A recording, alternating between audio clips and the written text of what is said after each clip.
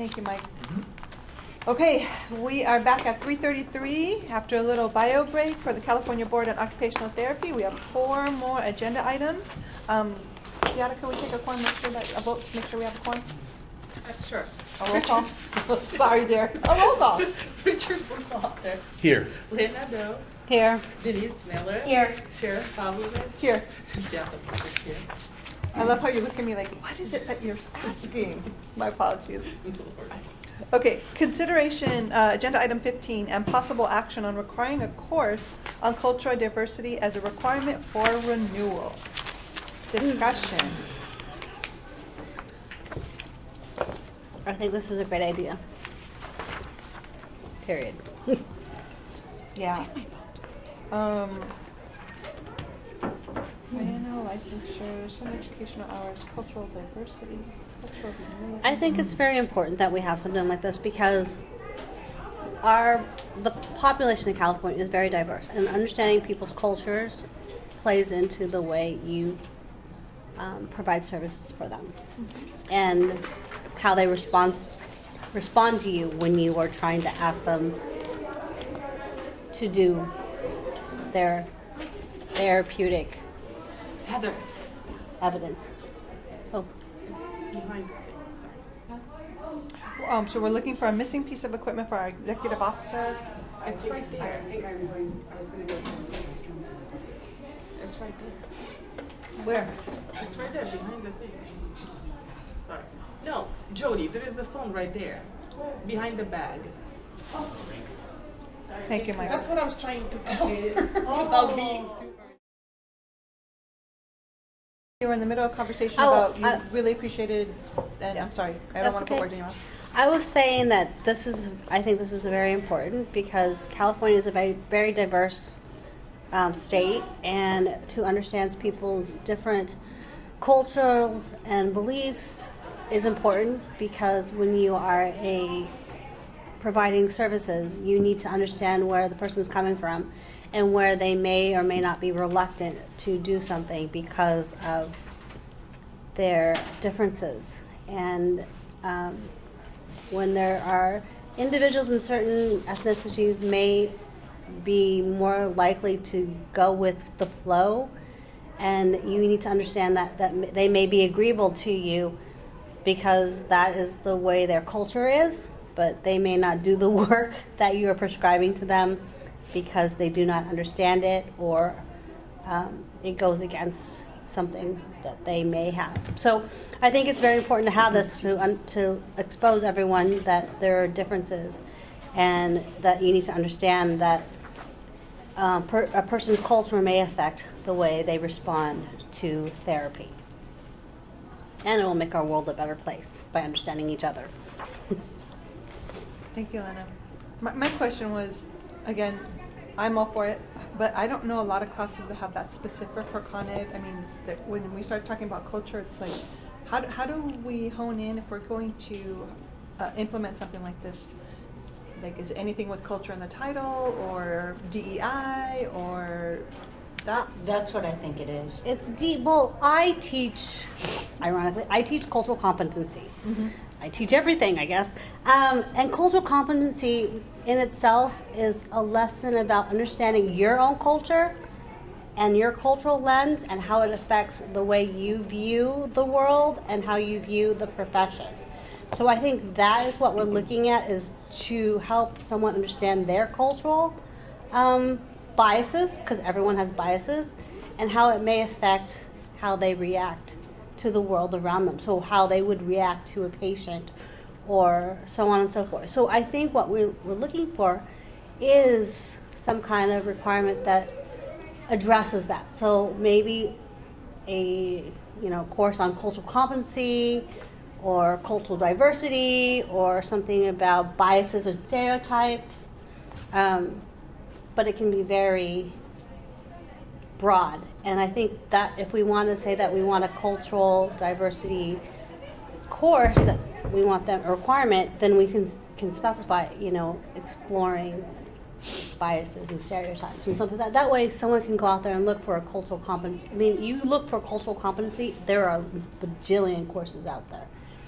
Mine is specifically to social work and mental health and medical interpreters. So there is so much out there. It's just finding the right course. But I think an individual going to find a course that helps them explore their own cultural biases and helps understand their cultural in general is very important. But yeah, DEIB. If we look at the letter from OTAC, it spells it out under diversity, it doesn't specifically say it has to be cultural humility. It says diversity, humility, and working with diverse populations, which I think gives us more, the suggestion there is more about the inclusion of diversity, equity, inclusion, or, and I'm at Occupational at the AOTA conference, this was such a big topic this year that they actually called it out as diversity, equity, inclusion, and justice. They've added justice at the end. So if we wanted to be in line with that, we could call it out under those types. I just went to two OTAC virtual ones, the Seek Faith, right? There was a one virtual hour PDU, the Seek Faith, and then the other one was ethnic care for 80 hours in occupation. So those would qualify under here, but just making sure we don't have to have the culture and the title or anything. They can just submit. Okay. I find it interesting that the examples cited in the letter do not include a single course that is for cultural competency. But and the medical board was kind of just has a general statement that all courses shall contain curriculum that includes cultural and linguistic competency in the practice of medicine, which in some ways is a legit thing because every course should have an element of that. On the other hand, it's not very helpful for if you're going to make a standard for enforcement. But I mean, I didn't mind the medical board's language because in some ways having a separate course, if you're doing a dysphagia course and you don't address diet textures and foods that might be appropriate for people, or you're doing a, I don't know. Yeah, how they Separate justified courses it. are good and incorporated courses are good. Both are good, The way they actually. justified it with the quotes, is that the one you're looking at, Richard, at the very end? How they said continued competency. Yeah, the quotes, That the last means- And so we would paragraph. do something similar, right?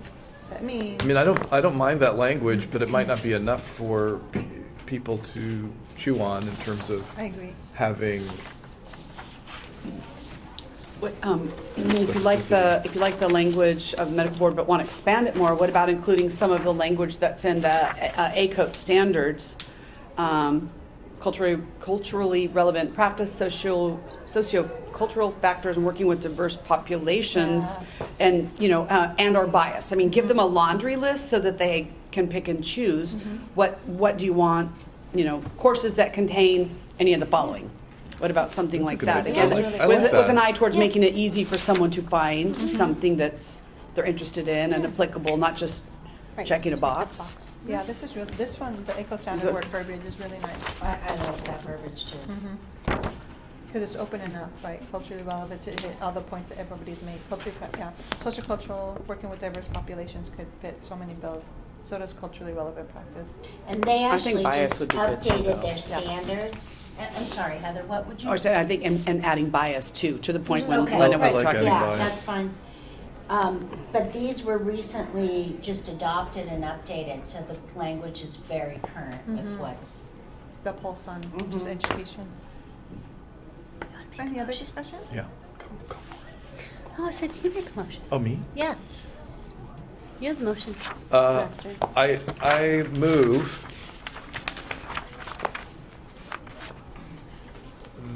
that we add to section. Oh, we didn't talk about how many hours. Like 2 hours. 2 hours. To existing PDUs? Okay. To existing. To existing. Yeah, I move that we add to section 4161 a section stating for licensees renewing on or after January 1st, 2025. I don't think it's ours, Richard, I think it's a course. A minimum of one course related to culturally relevant practice, comma, socio-cultural factors, comma, working with diverse populations, comma, and bias. Isn't it reducing bias? We have to take one implicit bias. Okay. I second. Wait, I didn't finish. Yeah. Must, a minimum of one course is required among the number of PDUs required for each renewal period. That's not right. I didn't do it You right. said Yeah. a minimum of one course in the beginning, so I think all you needed. Well, the other to be wording I was didn't like, so I tried to renewal. change it and I screwed up. Oh. So let me redo it. Can you, Let me do redo you want to it. It withdraw? hasn't been Do seconded. you want to redraw? Do you want to withdraw and restate? Yeah. Okay. Well, nobody seconded, so. I just- Well, okay, but just Yeah, want withdraw, I'll restated withdraw then? and restate. Okay. For licensees renewing on or after January 1st, 2025, of the total number of PDUs we're not required for doing a number of renewal. PDUs, No. we're doing a course. One course. So, I might So- take a 4-hour. She might take a That's right. 6-hour. That's right. Right? Okay, I'm I'm withdrawing and restating. I move that for licensees renewing on or after January 1st, 2025, one course per renewal period is required related to culturally relevant practice, sociocultural factors, working with diverse populations, and bias. I second. There's a motion by Richard Bookwalter, a second by Denise Miller. Any board discussion? Public comment? No? Okay. Can we take a vote? Richard, Yes. Leonardo, I, Denise Miller, yes. Sharon Pavlovich. Yes. Motion carries. All right, here's the fun part. This next one will be short. Agenda item number 16. I'm sorry, pardon the Oh. interruption. So I just, because now that's 3 agenda items relating to amending that section. So could we just have a direction of staff to bring back the language? For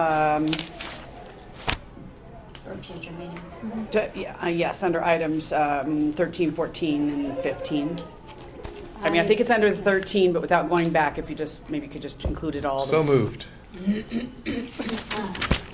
want a motion? I move that we direct staff to revisit agenda items 13, 14, 15 of today's board meeting, May, what date is it, this 19th? 19th. 2021, 2022, regarding codes regulation section 4161. And the board. Bring back and bring proposed back into the amendments discussion. to the board. Bring back the amendments to the board at a Okay. future board meeting. There's a motion by Lena, a second by Beata. Any board discussion? Any public comment? Can we call the vote? Richard Bookwalter, Aye. Leonardo, Aye. Denise Miller, Yes. Sharon Pavlovich. Yes. Beatriz Cis. Motion carries.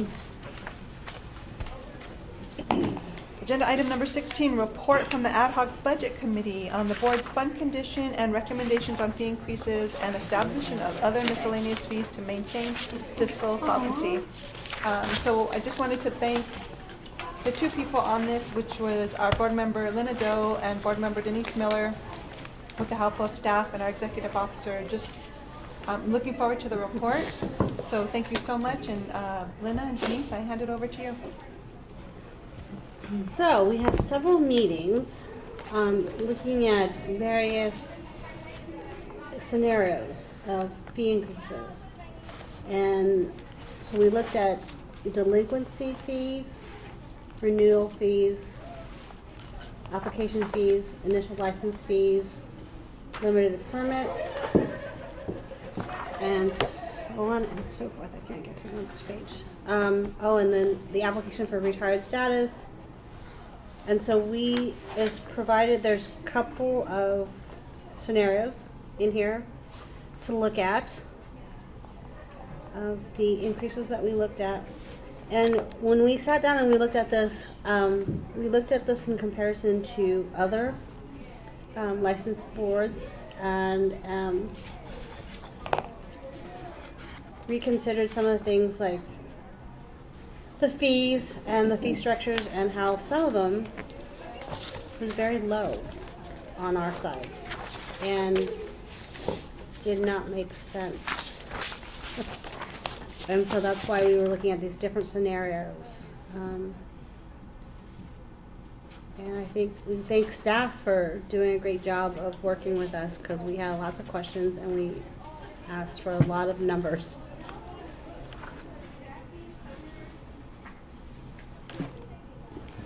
Add anything, Denise?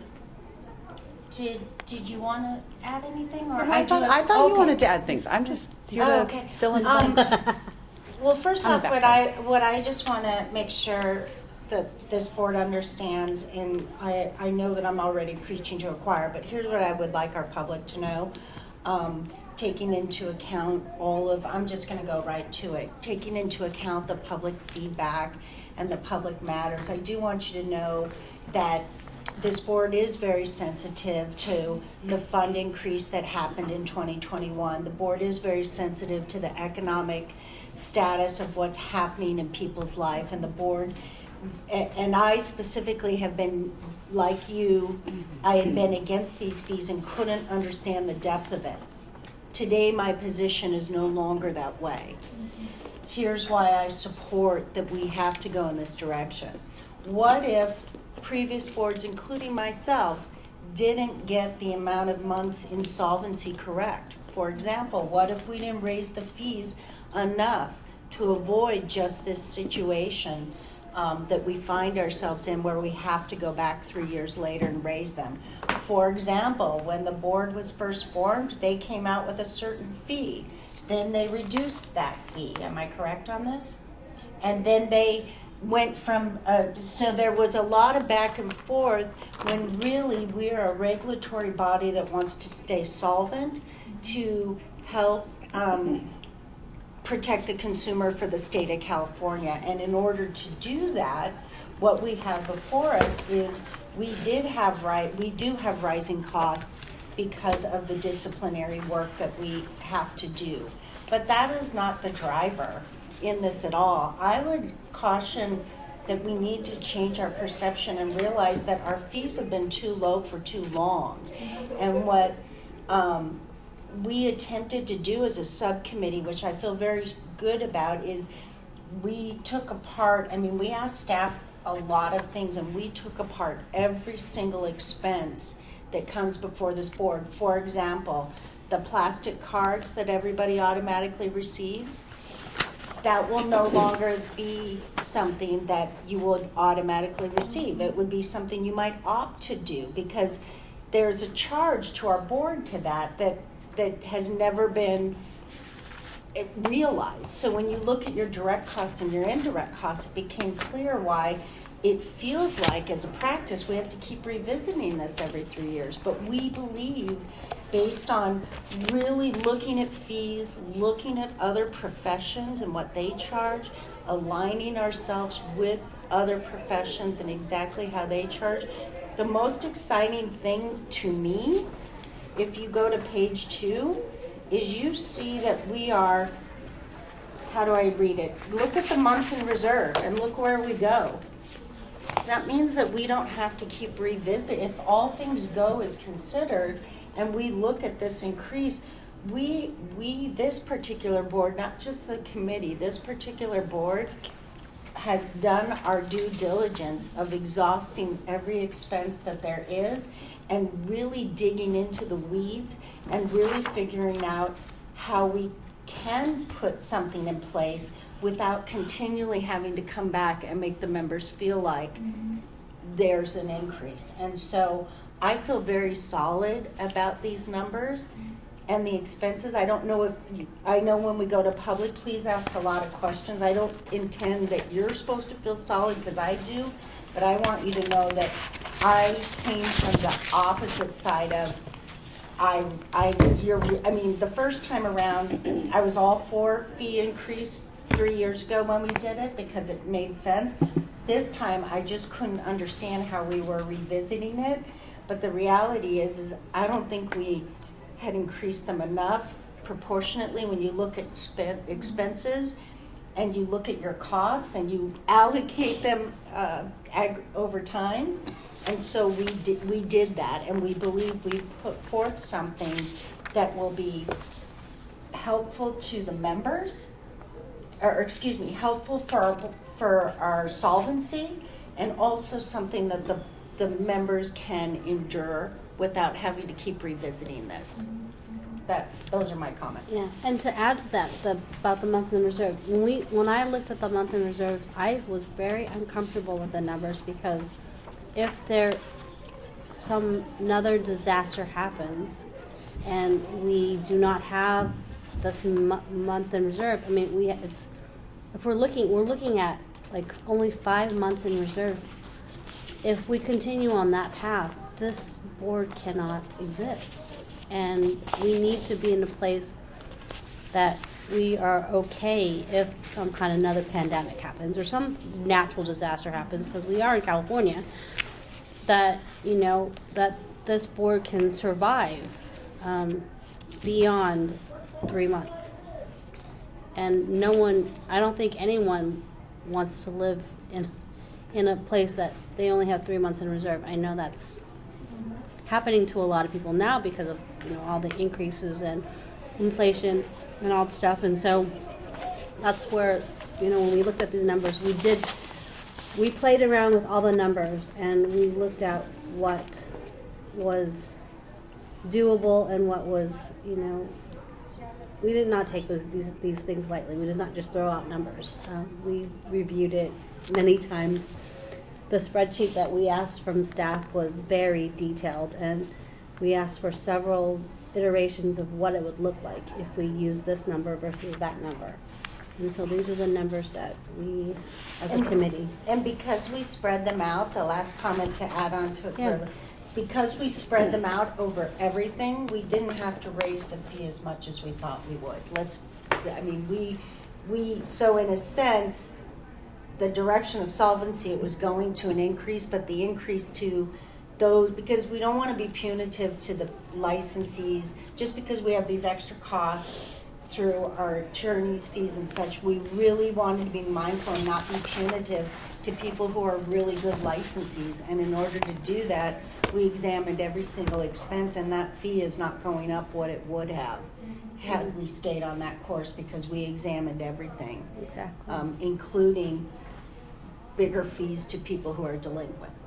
So. And not all these fees increases will affect everybody, because not everyone is going to get a duplicate pocket license or a duplicate wall certificate or ask for license verification and all that other stuff. So this is why the numbers are the way they are.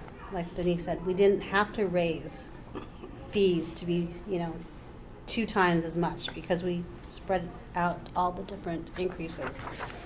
Can I ask how to read this? Is it everything in bold is proposed new versus how they come in pairs? Yes. Like delinquent, for instance, the ones I'm looking at in particular, OT application fee, 50, OT application fee, 350.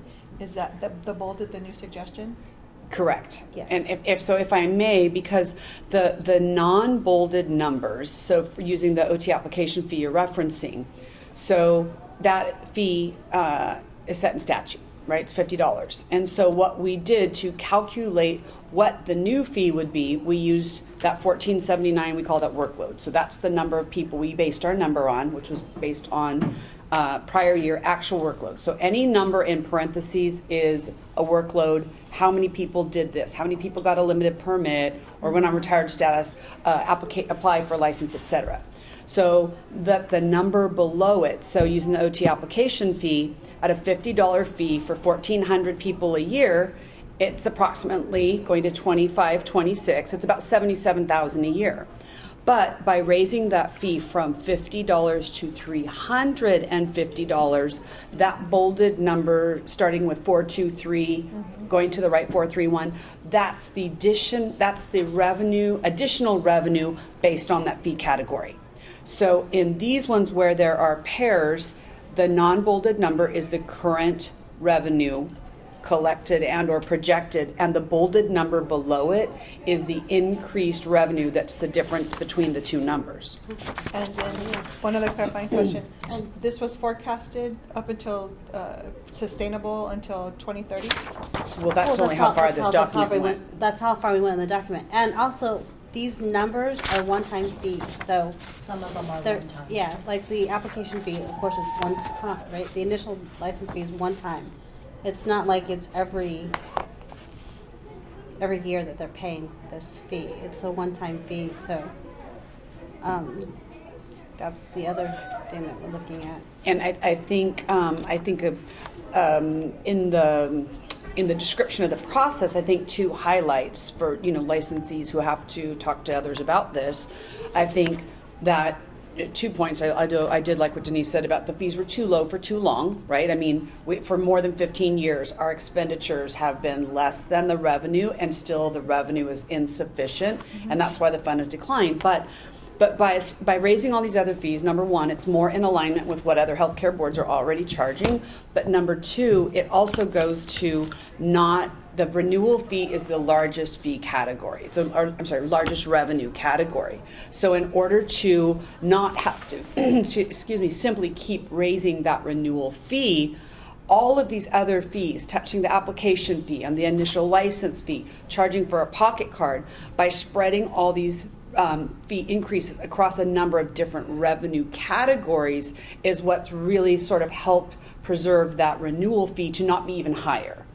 And so even with the current OT licensing fee, which is the highest fee charged at $270, despite the hardship, if you will, for the current renewal fees from 1/1/2001 until January 1st of 2007, people paid $150 a year, right? So 15 years ago, the equivalent was every OT and OTA renewed for $300 every 2 years. And so by changing that 150 per year to a 150 per 2 years, it sufficiently reduced the board's fund, which was the goal. There's a statute that says you can't have more than 24 months in reserve, and the board hit 40 months in reserve. Right. And so without taking a big chunk by saying, okay, in these 2 years, nobody pays a fee, and then we're going to charge the fee again as a way to address the fund condition. Rather than do that, they said, okay, well, let's do this other way, and it will be an incremental downward trend as the revenue collected was insufficient to support annual expenditures. Except, despite saving money and despite the modest increases that occurred in 2017 and 2021, they were incremental in order to make the hit not so hard at the time of renewal. Excuse me. And also, we had hoped that with the increase in the licensing population and the continued under expenditure, that things would level out and it would be fine. And and that wasn't the case.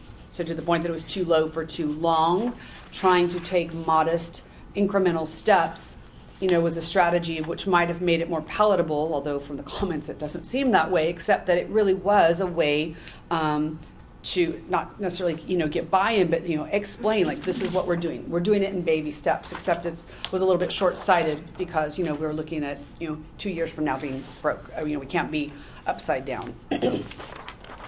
And so on the back side, though, where there are categories that don't have two lines. For example, the very top one, advanced practice application fee, with 200 applications last year, which there is no application fee, there is still a workload associated with reviewing those applications, with paying experts to review those applications.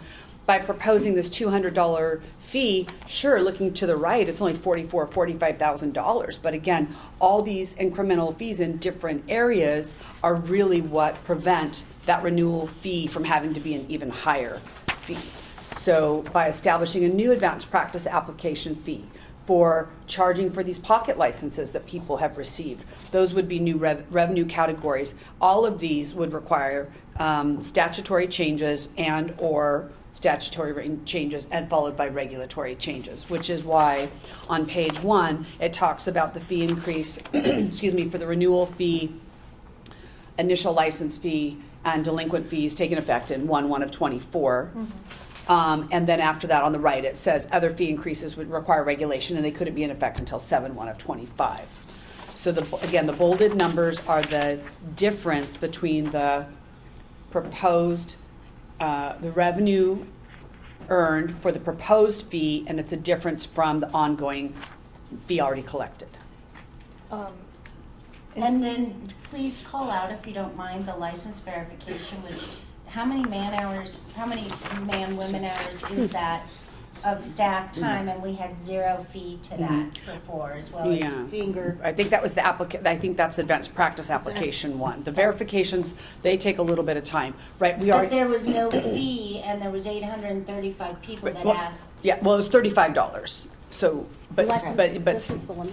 So by raising it though to 75, if you look to the right, so starting in fiscal year 25-26, instead of only earning 30,000, by raising the fee from $35 to $75, you get a combined total of $63,000 for that, excuse me, that revenue category.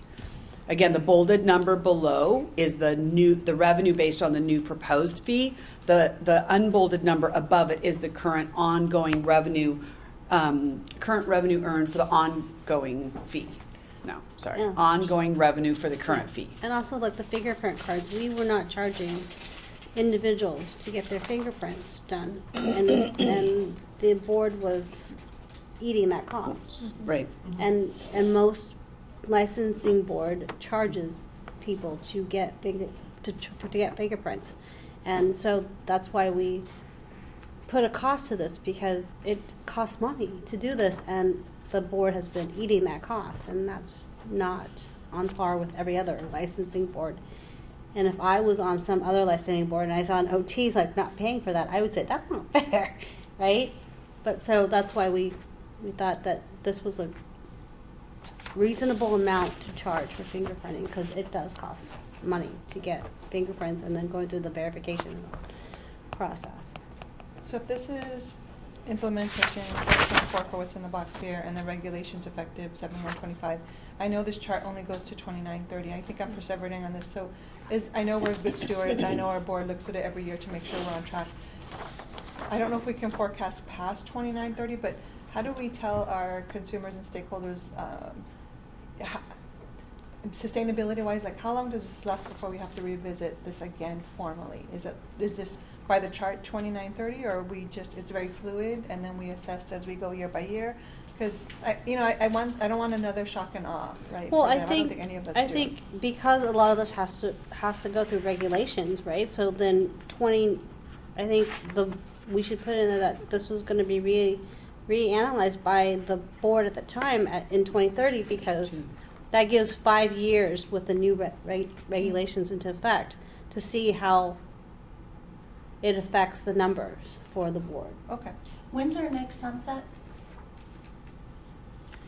2027? 2026? 25. So the So- report will be due in 25, hearings will be in 26 to extend the 27 sunset date. Excuse me.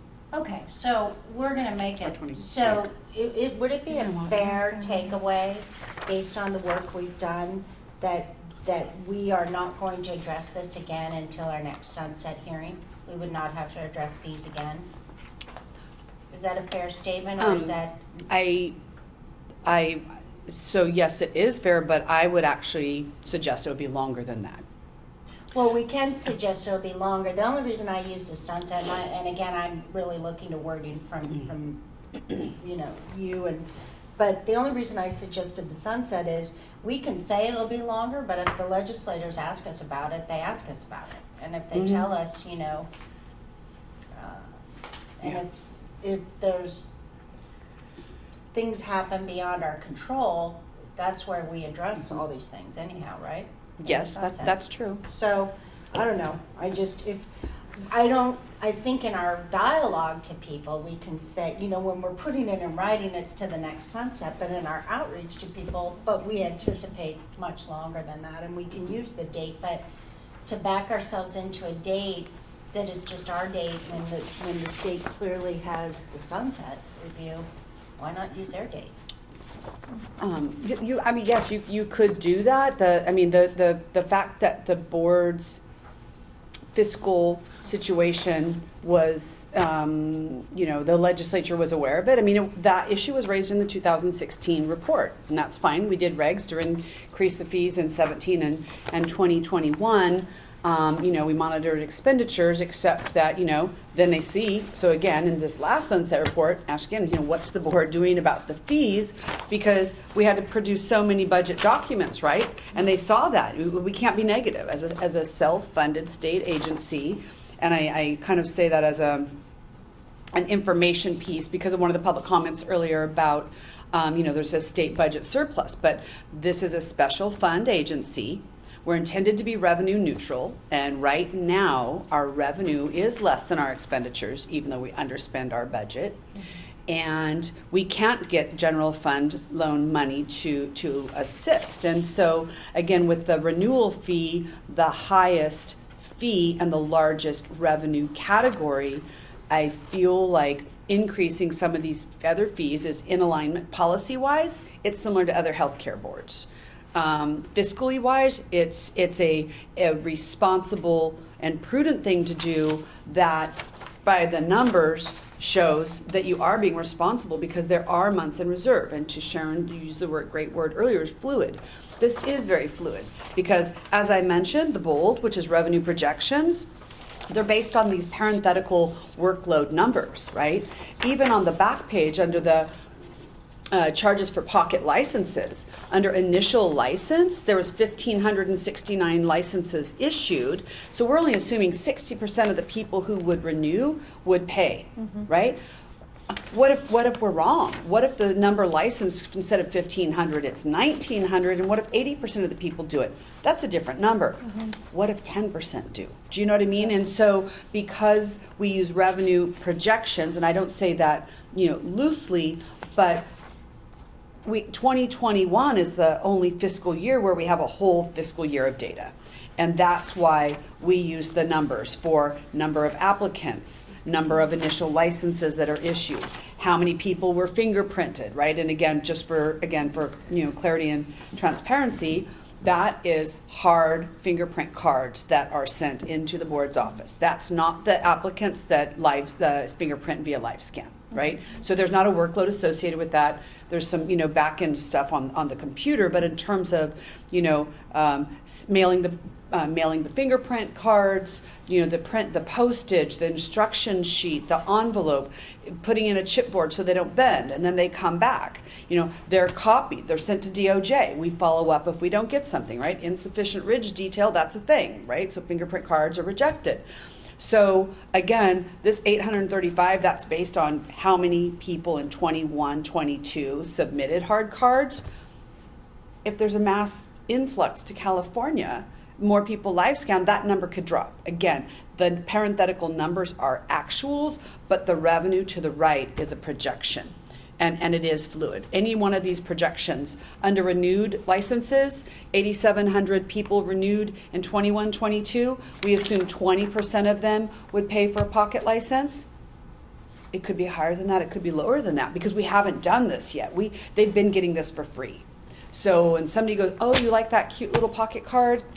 It's gonna cost you now, right? And the other thing that's not shown here is turning around also and looking at additional savings, because I do want to point out down at expenditures, there's a bolded line that says other, $50 for fee study and $44 for credit card savings. So that $50 is actually what would be the cost if the board authorizes us, board staff, to do the request for a proposal for a contractor to do a fee study, and then to actually execute the contract. So there's an additional $50 charge there. The number next to it, because it shows minus 44, that's because once the once the contract, currently all the boards except for three I think, absorb the credit card processing fees. And so the number we had from 21, 22 was it would cost $44,000 for this board to pay credit card fees. So because the expenditures are, minuses out of the account, that's why the 44 is shown as a negative, because it'll be a credit. So what that means is if once that contract takes into effect and we don't pay the credit card fees anymore, I'm just showing what that means in terms of the overall expenditures, right? The expenditures will reduce by that, $44,000 a year when other individuals are paying it. And is this document enough in our eyes as a board sufficient? And if not, what other documents do we need to address the shareholder open public questions that we had? I know this is definitely so much work, such a good work. Do you think this is enough to satisfy the questions that we have for public comment, or do we need to add other things to address their concerns? I can tell you it does not. It does not? It Okay. does not. So there'll be other things that So should be. this is the 5th board meeting where we've presented different information. Correct. And at those other meetings, every time it was like different documents, right? And so, for example, where are the expenditures? Well, we provide those documents. So to say we want more specificity, but it looks like an accounting document from a staff perspective, I want to be responsive, but that's a little bit challenging for me, Okay. right? Because those documents, rent, postage, printing, whatever, salaries, it's under a different item, but it's very specific. We do have one item that missed the future agenda item list, and that was the top 5 expenditures for years over year, right? But to ask about this, we showed the 10-year expenditure reversion. We showed the enforcement expenditure. So, And I also I thought just- that the committee was put together, just my understanding of what was before us is the committee was put together to really dive deep into this, to come back with a recommendation. Mhm. And that's what I feel is before us today for the rest of the board to weigh in. Do you feel like you have enough from the committee to make a decision or not? I feel like I have enough to make a decision. I thought the committee meetings, were the committee meetings open meetings with public access? they were not. That's what I thought, because I didn't get any notices about the meetings. And one of the reasons that I voted, as I did, to put this, to send it to a committee, was I thought, well, this is good because it's a process that will allow people to come and listen to the analyses that are taking place by this subcommittee, and maybe that will satisfy some of the concerns that people are going to come up with, like in our public comment, and that people have about transparency. But then I realized it was a committee of 2, right? So you didn't have to have a public meeting, and so then I'm like, I was a little bit. So I was worried that it was going to take too long because getting these meetings going is difficult. But then there's the transparency thing that could have happened, but now it's being presented again. So I think that I'm concerned that we're not addressing the transparency issue, even though we have supplied all this information. So to respond to that, when I thought that the board did recognize that there was something that needed to be done, they weren't sure what. And that was why they had the committee, you guys, deep dive and figure out, what can you recommend so we as a board have something to consider. That's a little bit different than these public comments, because I can tell you this information's online, and it's easier for somebody to send an email and ask for us to go back and pull the different fund conditions, pull these historical expenditure reports, to explain, how much goes to support a paid position or the processing, to ask what are the other strategies to increase revenue. Well, an initial licensing fee and a reinstatement fee, that was one of the suggestions that the committee looked at, but with so few reinstatements, if you do establish a new $500 fee, you get $500 to $1,000 a year. That's not gonna help when you're $200,000 to $400,000 a year short on revenue. Again, detailed breakdown on expenses, current materials, feel more like general accounting. That is the detail though, right? Right. Could we do- Salaries, print, postage, How about an FAQ? Could we do So- like an FAQ about that would yeah. respond to some of these questions in a narrative form instead of that's exactly the same as what's in the spreadsheets, but is Mm-hmm. more comprehensible to some people or to people who aren't diving into who are intimidated by a chart. I see. Well, I was, And post it online or something. Oh, yeah, we could do that. I mean, we can go back and we can attach the documents to these, Yeah. I do have to tell you, I think people just don't want to take the time to read them. Because when you look at the bottom line, and this one says 2.2, and this one says 1.7, then you're, you know what I mean? Like, you're short 500. So the details regarding the expenditures are there. I honestly, right now, off the top of my head, I can't remember. I thought we did a multi-year one for enforcement even, because one of the public comments at a prior board meeting had to do with the increase in the number of licensees relative to the increase in discipline. Well, I mean, what's hard about that is whether you have, 5 new disciplinary actions, or you have 25, you could have a bunch of $1,000 and $2,000 cases, or you get one that was 42,000. Right? And the guy walks away, we're out the money. I mean, people don't understand that kind of mechanics, but that's also not going to be really in a spreadsheet. Right. It's a literacy. It's a type of literacy where you could read a spreadsheet. I mean, which I had to develop coming here because I didn't know. I couldn't make hide nor hair of these when I first started as a board member, and I've learned to be better about that, and maybe having a.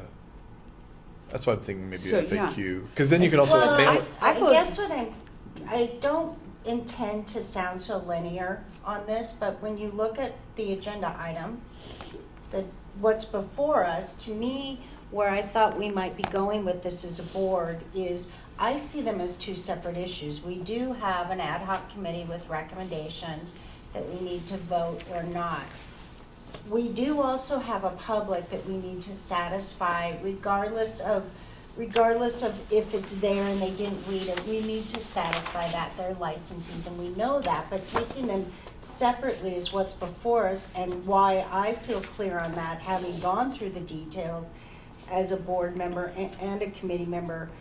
My position is regardless of what's in those public comments, I'm still voting today to raise the fees because I know what's in the details. That being said, as an action item, I also would like to know if we can bring back these public comments for discussion and address and do an FAQ and do things, because we do need to satisfy our public. It's not going to change the direction of where we fiscally have to go as a board, but we do need to be transparent, and we do need to answer their questions, and we do need to pull them back to the document, and if we have to pull it up again, we pull it up. And I don't just mean board staff. Heather, I'll come up to Sacramento and I'll help craft as part of education and outreach. I'll help. I'm happy to help this board craft messages for our licensees to satisfy them. But it is what it is. I mean, the price of milk is the price of milk. That's the bottom line. I agree with you. They're 2 separate things. Yeah. So that's why I feel so clear that that's- I could make a motion. Yeah. One thing, I'm not can I going also to let the board discuss.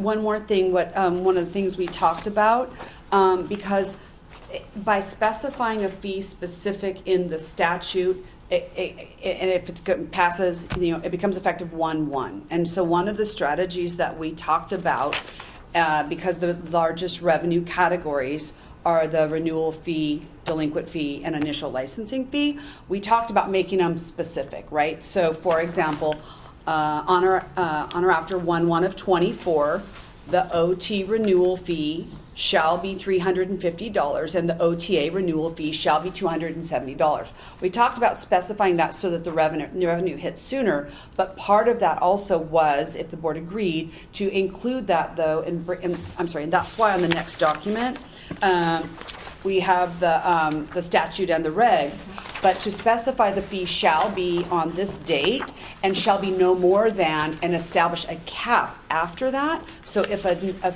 renewal fee is needed in regulation, you can raise that renewal fee without having to go back and trying to get it raised in statute. And so that accomplishes a number of things. 1, you get the revenue sooner rather than later. 2, you have the flexibility to raise it via the regulation rulemaking process without having to go back to the legislature, right? I mean, the fees that are here were in effect 1/1/01 until 2017 and then 2021, and we're still under that statutory max. We didn't go that route to raise the fees because the difference between the 270 and 300 for the OT renewal and 210 and 300 for the OTA, that wasn't going to do it. So we recognize the need for a statutory change. We recognize the need for revenue sooner. And so we did not, we talked about that from a strategy, but we didn't talk about specifics, if you recall. Yes, kind of, yeah. I'm like, you remember, right? So we didn't identify what that cap was, but we just kind of talked about it in concept. So I did want to, share that as well. And just, so I'm understanding this correctly, 16 and 17 are paired, right? There was a report that you shared. Right. Yeah. And then 17 is a discussion Do we you kind guys- of just went Yes. into right now, Yes. Right. correct? Yes, you Okay, are. so we're addressing, Yes. and the 16 and discussion 17. now, we are agenda item And number also, 17. and I know you're aware of this, but also being mindful that this was specifically asked in the sunset. Yes. Correct. 2, 16 and 21. Yeah. So anyway, so for your information, I included the laws and the regs, in terms of like if you want, if you just, whatever you decide, action you decide to do on these proposed fees, then there would be, corresponding language that, we could bring back. You all would have to decide about the caps, for example. But also, since I mentioned the $50,000, the very next material, this is the Assembly BNP Committee's fee background information questionnaire. And, there's been information about this is required versus, if you can demonstrate it. But one of the things we're hearing anecdotally as one of 7 boards needing renewal fee increases, I don't want to just say renewal fee, that one of the boards this is on their actually 2 of the boards, they're on their second, either at the point where they're doing the request for proposal or getting the contractor, to come in. But of these 7 boards, there's only 1 board who has not done this. They don't have legislation yet. So we don't really know if they'll be successful, right? Because from I kind of wait and see standpoint, well, if they can do it, why can't we? Let's go that route. We'll save the $50,000 and not go through that. The problem is I don't think the board has that luxury of that to see if they're successful, given the timing where before these fee increases with projected revenue increases, without these numbers, we'd be at negative sooner, right? So I do want to share that. You're under no obligation to authorize staff to do that. I do just want to say, if I'm asked for my opinion, I'm going to say I think the success of the fee increase will hinge on the board's ability to demonstrate a need. It's one thing for the legislature to say in 2016 and 20, what are you guys going to do about your fees? It's another one to address all of these issues to the satisfaction of the committee. Well, I'd like to speak in favor of, first of all, I think you guys have done all the heavy lifting in terms of diving into this and, finding the places where fee increases could have the least impact and, were fair. And it's very complicated work that would have taken us many, many hours to do as a group. And you saved us a lot of work. And I think the recommendations and the hard work that you've done is terrific. And I trust you to have made good choices in these areas. I'm very concerned about being in the red in 2 years, which is we're getting there. So, yeah. and if we don't act now, then we will dip into the red before going up. So I'm prepared to support this budget as presented. Is that a motion? Was that a motion? Can we have a Formal motion, motion? though? That's Yeah, not formal I- motion. I move to accept the fee increase budget committee's recommendations. The budget. I'm sorry. Let me reword that. I move to accept the ad hoc budget committee on the board's fund condition and recommendations on fee increases. There's a motion by Board Member Bookwalter. There's a second by Beata. Any other board discussion? Public comment? No? No public comment? We take a vote? Sure. Richard Bookwalter, Aye. Fernando, Aye. Denise Miller, Yes. Sharon Condon, Yes. and Beata Montesquieu. Motion carries. Thank you.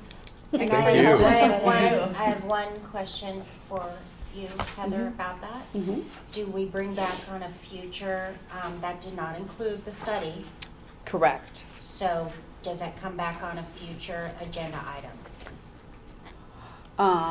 Although the agenda item is not specifically about that contracting process, because it is a part of this and it's shown on here. If the board want to make a motion to direct staff to move forward, I mean, generally it's a ministerial issue, and I would just do that, but given the expense, Here's it's not about more the what contract. my question is.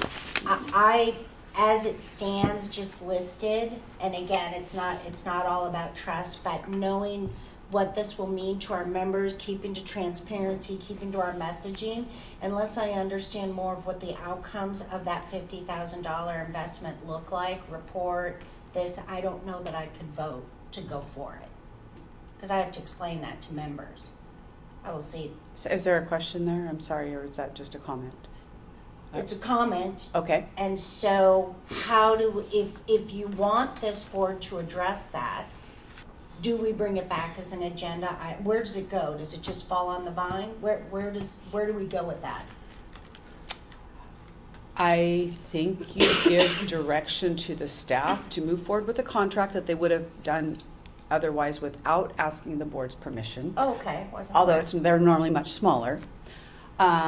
Or if you're wanting to see the 32-page scope of work, I believe one was 28 and one was 32 for the two different boards, the request for proposal and the scope of work, we can bring that back in August, but I can tell you, given the process timeframes, we won't have that report till late this year, quite possibly, but more than likely early next year. And I can tell you, all of these will change by 1 year.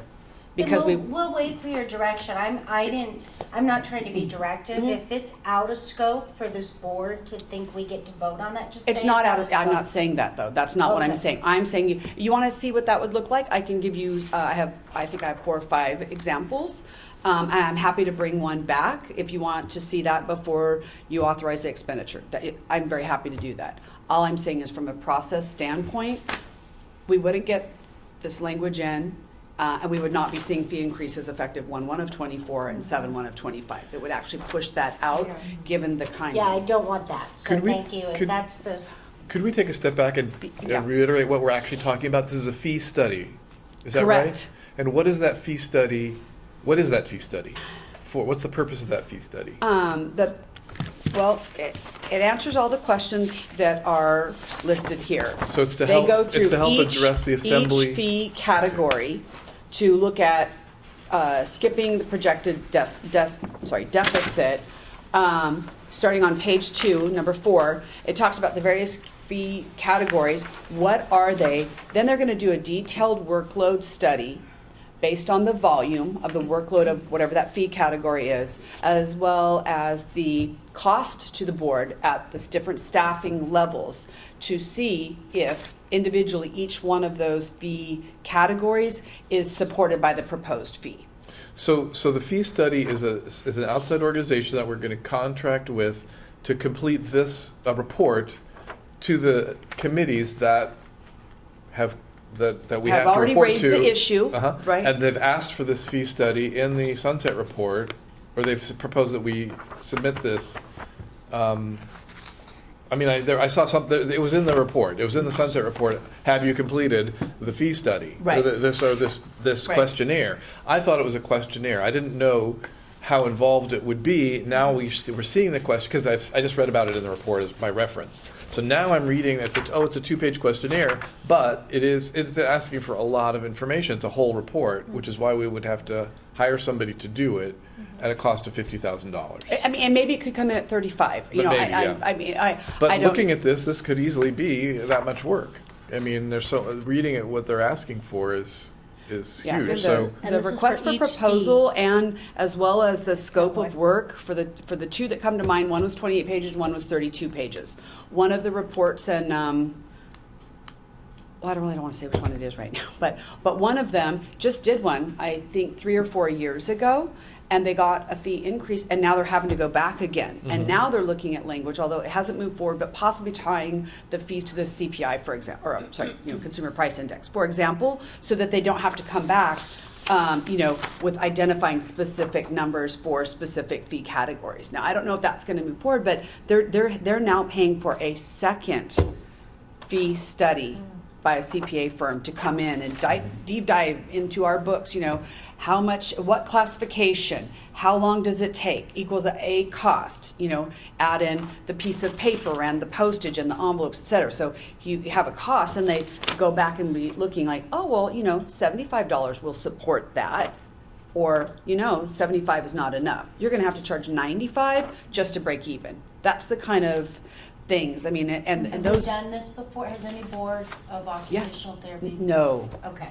Well, the other thing is, this answers the questions in some of the public comments about, I want to see the data and the background Correct. of all of this to justify it. And these are, this has the same questions. So this could be shared. It's going to be a public document, Yes. is it not? Yes, yes. So I'm prepared to support a vote to contract, to Start have that process. do How's the fee study? do the process. And I also, one thing, only because we went to Richard's location when we were doing the Outreach. outreach for the For fee initial increase. fee increase.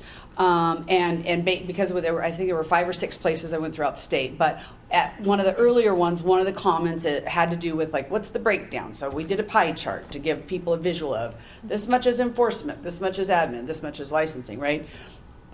But in terms of maybe having something like that, but also turning around and bringing back one of those documents regarding expense, because I will tell you, this item here, that, I'm glad you guys, approved it, but we still haven't factored in the probation monitoring cost, which would require legislation if you went that route. And one of the things the committee talked about was recognizing that the probation monitoring, whether it was like, I think we only have like 14 people now, whether there's 14 people or there's 30 people, it will never be self-sufficient, just given the nature of that product. But recognizing, though, if you establish a fee, you have to be mindful of earning a sufficient revenue to offset your costs without pricing out someone, right? If you come back and you say, okay, you owe $8,000, that's X amount a month for 3.5 years on a 4-year probation, right?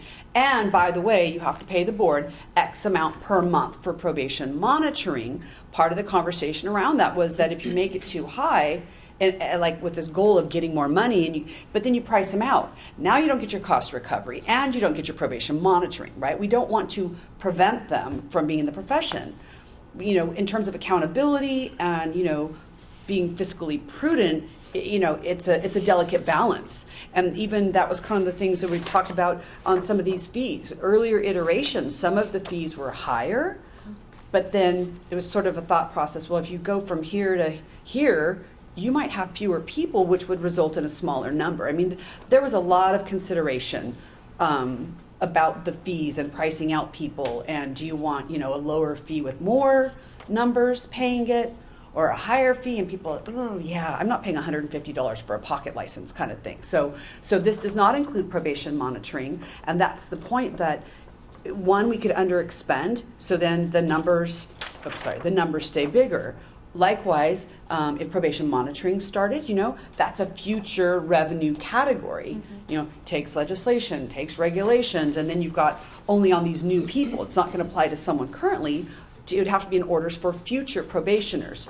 So then, you're going to see that out here. So this is such a fluid document, but there has to be a starting point, and that's one of the other reasons that supports the renewal fee, establishing it at a fee with a max of X amount that still requires you to go through the transparent public process to amend the regulations to raise that fee after 1/1/24 or 1/1/25, this initial jump. May I ask Any another? questions? I have another question on a slightly different tack.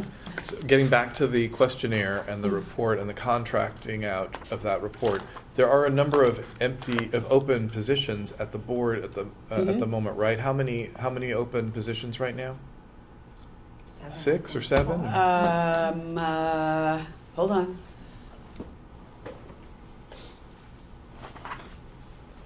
Well, it doesn't have to be I think 4 or 5. 4 or I 5. think. And then so those are positions where you're not paying anybody any salary. They're Correct. empty. You've got some money, but you don't have the staff you need because there's kind of a shortage of staff at the board right now to be doing even probably this meeting and extra meetings. We do not have the resources to do that. You don't have the resources We to do do not. it, that's what I was. So, and so to And the- $50,000 is you're not spending is probably $50,000 you're not spending on salaries right now. That is correct. So that is an offset. The one board who is not doing a fee increase, who's not paying a contract to do the fee study, but is going through this process. They started it in 2020.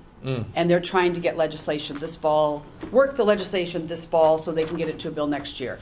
They started in 2020. They didn't have a 37% vacancy rate. They had, full staffing. So, So the fee study has to be done to increase the fees? What we just That- voted on? It seems that way. there's a very highly likely Okay. probability. So, and if I'm understanding, from all this discussion, if I'm understanding this, it generally was a board staff decision anyhow. Correct. It's part of the process of what the other boards are doing. Correct. And so then really what so that satisfies where I'm at. I just, I don't need it till January of next year, but like at some point, if we could put it on a future agenda item to just see, to revisit this. I think it further goes to what Richard said, answering our public comments, but also again, being transparent and sharing what that was. And the future agenda item would be to provide what the report for the accounting firm report on the fees? To provide the report, but I also think it's important, so here's where, so, and we don't know that it's 50,000, but just for dramatic sense at 4:45, let's pretend it's 50,000. So if it's that, what will happen, 50,000 that I just outlined is justified by the fact that all the other boards. Salary savings? All of Offset. those things that we talked about. However, our 18,000 licensees, of them, I bet you 9,000 are going to hear that we just spent 50,000 on a fee study. Mm-hmm. So let's keep bringing it back, and let's keep sharing what it means, and let's keep helping to educate on our processes so that that our licensees feel comfortable and they understand that all of us have done our due diligence on this fee process to really align with where we need to be, to keep it very many years out in reserve, to answer what the legislators are asking us to do, to answer it in the format they're asking us to do it. You see where? Mhm. Yeah. I also think You're looking for a PR campaign, is what Well, I'm hearing. also In if I'm- summary. Yes? Education and outreach Okay. in many ways, yeah. I mean, and if I was working in a facility where there are 4 vacancies and they hired a traveler, that would cost $75,000. You know, I mean, so true. I mean, I would trust the supervisor to come up with a way to fill the gap, and that this is a way of doing I that. That's I what- trust our Yeah. executive director. I'll to tell you, do this that. is not filling that gap. We need an accounting To hire, firm. yeah, to hire, yeah. But We my- need professionals. Can we ask our public, though, upon Yeah. listening to our discussion, what is that? Do you have any thoughts, ideas? I do have a clarifying question. My understanding, even though this is passed and we agreed on it, it's highly unlikely that it will pass BMP code if this is not done, which means the further we delay this, the more we have to adjust those Exactly. numbers out, Correct. Yeah. which is not good. Critical, yeah, so. So this needs to come back timely, like probably in August. I move the board approve the Study. Fee the- study. the study, Fee study. the fee study. Second. There's a motion by Richard, a second by Lena to approve the fee study for discussion. public comment? It's a very thoughtful discussion. I haven't disagreed with anything. Yeah. Thank you for having it. Okay, Deanna, can we take the vote? Richard Buchwalter, Aye. Elena Bell, Aye. Denise Miller. Yes. Sharon Pavlovich. Yes. And Beata Lopez. Any other further comments? Mary? No, that's good, thank you. Okay. Start the process, I'll keep you posted. Whew, okay. And lastly, update on the occupational therapy licensure compact for agenda item number 18. I think last we met, gosh, this map has changed considerably. We're at 20, Right? as of last week. We're at 20 as of last week? Well, are you still on the committee? No. I haven't heard anything lately, but I asked it on my quiz they pulled it today off. as well. They pulled it off. Yeah, they did. Yeah. I mean, I'm according to I'm the map, it's surprised. 19, but Denise has reported 20, pending 4, and I think more. It happened on Monday, and the only reason I know that is my exam asked how many, and it was 19, and I had to send out an announcement saying as of last week. Okay. So this is, I mean. So I know that. Yeah, they made it happen, it's in effect, and I know there was some possible discussion about, at our last meeting of inviting, continuing conversation with AOTA and Dan Logston to come back maybe in August and update us, because we're not on this map. So, is that something we still want to entertain? Or did you have That's something? one of the things we can talk about, right? Future agenda items? Mm-hmm. Yes, that's listed. Really, I'd rather hear from DCA if it's ever even Okay, something to well, be so this is very considered more than- interesting because, before these meetings, I sit down and have a one-on-one with someone in exec. They just, what's the lay of the land? What do you think is going to happen? Are there any concerns? And I did raise the issue because I think, so DC has these things that are called brown bags, and so it'll be like 12 to 1 or 1:30 or what have you. And it's different topics, different speakers. And they have one on the compacts. It's either next Wednesday or Thursday or the following week. Anyways, within the next 2 weeks. Except I think it's a little bit longer. It might be 2 hours. But Dan Logston from CSG is presenting to DCA on compacts. I was so taken aback because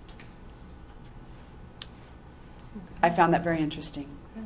Well, yeah, that's interesting. I think he needs to. That's a better use of his time than addressing us. Maybe in August, but I mean. Well, they're working He's a busy on guy the with all this. massage therapy council one. They're working on the speech one. There's one other one too that just started, and either they're revamping one. Remember when we did that work group back in DC that. They were redoing the RN one, I believe. They scrapped it and we're doing a brand new one. But yes, so I was very surprised. Let me just say that. So I will find it very interesting, and that will definitely be on my report at the next That's meeting. great. That will be. So I don't know if And maybe if things it's are even changing a bigger- bit. If it's even bigger, will it bubble up to a discussion you have with our president about on the agenda? Like, is it out of the question? Like, if it bubbles up that much, DCA might consider coming to present to us or talking to us, or no? I could ask. I'm not sure about that. Not a requirement, I'm just seeing if Yeah. there's a lot of discussion.